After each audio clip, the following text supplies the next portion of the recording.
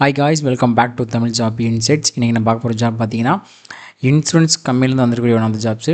நீங்கள் பைக்கோ காரோ வச்சுருக்கீங்க அப்படின்னா கண்டிப்பாக இந்த நியூ இந்தியா அசூரன்ஸ் கம்பெனி கீழே கண்டிப்பாக இன்சூரன்ஸ் எடுக்க நிறைய வாய்ப்பு இருக்குது. இது one of the government sector கீழே கூடிய one of the insurance company. இந்த கம்பெனிலாம் இப்போதைக்கு அப்ரெண்டிஸ் கீழே உங்களுக்கு ட்ரைனிங் பீரியடில் ஜாப் எடுக்கிறாங்க. இந்த ஜாப்போட டீட்டெயில் என்ன டிஸ்கிரிப்ஷன், இதுக்கு வந்து எக்ஸாம் மட்டும் தான் உங்களுக்கு ஒரே எக்ஸாம் மட்டும் நீங்கள் அட்டன் பண்ணி பாஸ் பண்ணிட்டீங்கன்னா உங்களுக்கு டேரக்ட் போஸ்டிங் தான் அந்த மாதிரி சொல்லியிருக்காங்க.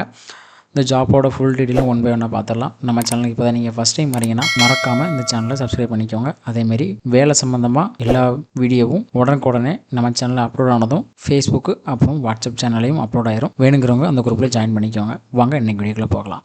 இந்த new India assurance company limited இது பார்த்தீங்கன்னா ஒரு public sector general insurance company கீழே இருக்காங்க. நம்பர் ஆஃப் ட்ரைனிங் சீட்ஸ் மொத்தமாக 500 வேகன்சி வந்து அலோகேட் பண்ணியிருக்காங்க. எப்போ ஆன்லைனில் ஓப்பன் ஆகுதுன்னு பார்த்தீங்கன்னா 6/6/2025 ஓப்பன் ஆகிருது.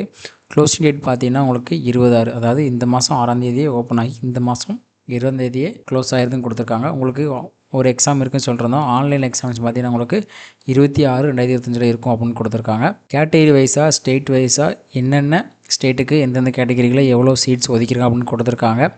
டோட்டலாக பார்த்தீங்கன்னா 500 வேகன்சி பார்த்துருக்கோம். அதில் தமிழ்நாட்டில் மட்டும் மொத்தம் 43 வேகன்சி நம்ம கலெக்ட் பண்ணியிருக்காங்க கம்யூனிட்டி வாரியாக. உங்களுக்கு இந்த ஜாபுக்கு எலிஜிபிலிட்டி பார்த்தீங்க அப்படின்னா கண்டிப்பாக நீங்கள் ஒரு டிகிரி முடிச்சிருந்தாலே இதுக்கு நீங்கள் எலிஜிபிள்னு கொடுத்துருக்காங்க உங்களுக்கு. அதுமாரி ஏஜ் லிமிட் பார்த்தீங்கன்னா உங்களுக்கு மினிமமாக ஒரு 21 வயசு இருக்கணும், மேக்ஸிமம் 30 வயசு இருக்கலாம்.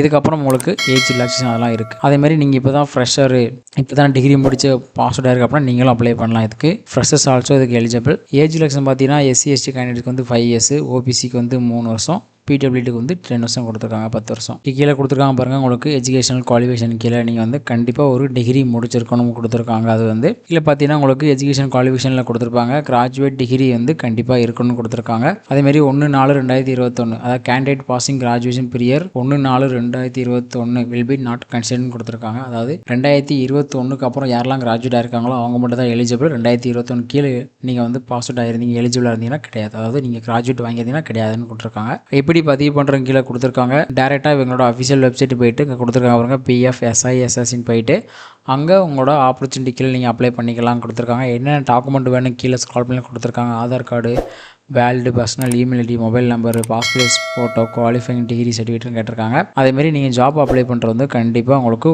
ஒரு ஸ்டேட்டில் தான் நீங்கள் அப்ளை பண்ணணும் அப்படின்னு கொடுத்துருக்காங்க. எனக்கு மல்டிபிள் லாங்குவேஜ் தெரியும், மல்டிபிள் ஸ்டேட்டில் அப்ளை பண்ணலாம் அப்படிலாம் கிடையாது.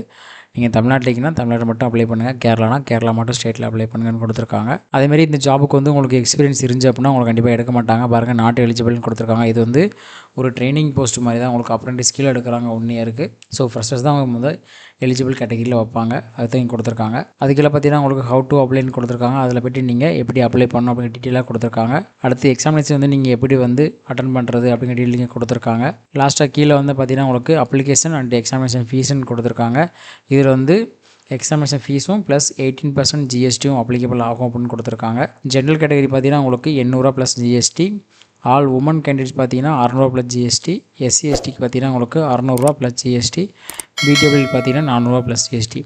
என்ன ப்ரோ இவ்வளோ ஃபீஸ் வாங்க நினைக்கலாம். எனது இன்சூரன்ஸ் கம்பெனி இது ஜென்ரலாக அவங்க இப்படி தான் சார்ஜ் பண்ணுவாங்க எல்லாத்துக்குமே. லாஸ்ட்டாக பார்த்தீங்கன்னா உங்களுக்கு செலெக்ஷன் ப்ராசஸ் கொடுத்துருக்காங்க. ஸோ ஒன்லி நீங்கள் ஆன்லைனில் ஒரு டெஸ்ட் எழுதின பிறகு அப்டியூட் டைப்பில் இருக்கும் அந்த கொஸ்டின் எழுதி பாஸ் ஆகிட்டீங்க அப்படின்னா உங்களுக்கு செலக்ட் பண்ணி அவங்கள ஃபைனல் பண்ணிடுவாங்க. அதுதான் அவங்க கொடுத்துருக்காங்க.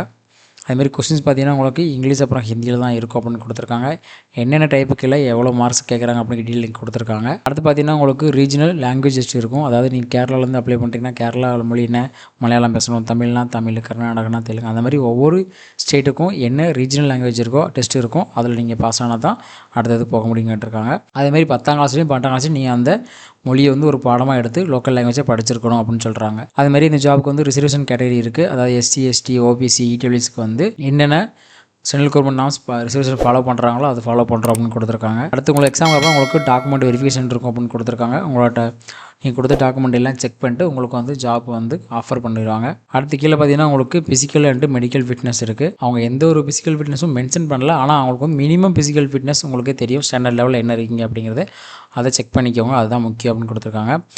இது பார்த்தீங்கன்னா உங்களுக்கு 1 year வந்து ட்ரைனிங் இருக்கும். இந்த ட்ரைனிங்கை நீங்கள் அப்ரெண்டிஸாக ஒர்க் பண்ணுவீங்க. அதுக்கப்புறம் கவர்மெண்ட்லேருந்து அவங்க சர்டிஃபிகேட் ப்ரொவைட் பண்ணுவாங்க. இதை வந்து நீங்கள் ஃப்யூச்சரில் பேங்க்ஸில் இல்லை இன்சூரன்ஸ் கம்பெனியில் வந்து ஜாப்ஸ் எடுத்துக்கலாம். லாஸ்ட்டாக வந்தீங்கன்னா உங்களுக்கு ஜென்ரல் இன்ஜெக்ஷன் அப்புறம் டிஸ்க்ளைமர் சொல்லி நிறைய டாயின்ஸ் கொடுத்துருக்காங்க. டீட்டெயிலாக ஒன் பை ஒன்னாக படித்து பாருங்கள். படித்து பார்த்துட்டு அப்ளை பண்ணுங்கள். அதேமாதிரி இதுக்கு 9,000 தான் உங்களுக்கு ஸ்டைப்பனாக கொடுப்பேன்னு சொல்லியிருக்காங்க. மற்ற அதர் அலவன்ஸ் எதுவுமே கிடையாது. உங்களுக்கு 1 இயர் ட்ரைனிங்னால இப்போ தான் நான் ஃப்ரெஷ்ஷாக இருக்கேன், ஒரு ஜாபுக்கு போய்ட்டு எக்ஸ்பீரியன்ஸ் ஆகணும்னு நினச்சிங்கன்னா அந்த ஜாப் நீங்கள் ப்ரிப்பேர் பண்ணலாம். டீட்டெயிலாக படித்து பார்த்து உங்களுக்கு ஓகேனா மட்டும் அப்ளை பண்ணுங்கள். That's it today video guys. Thanks for வாட்சிங் அவர் தமிழ் ஜாப் இன்சைட்ஸ். மறக்காமல் சேனலை சப்ஸ்கிரைப் பண்ணிடுங்க.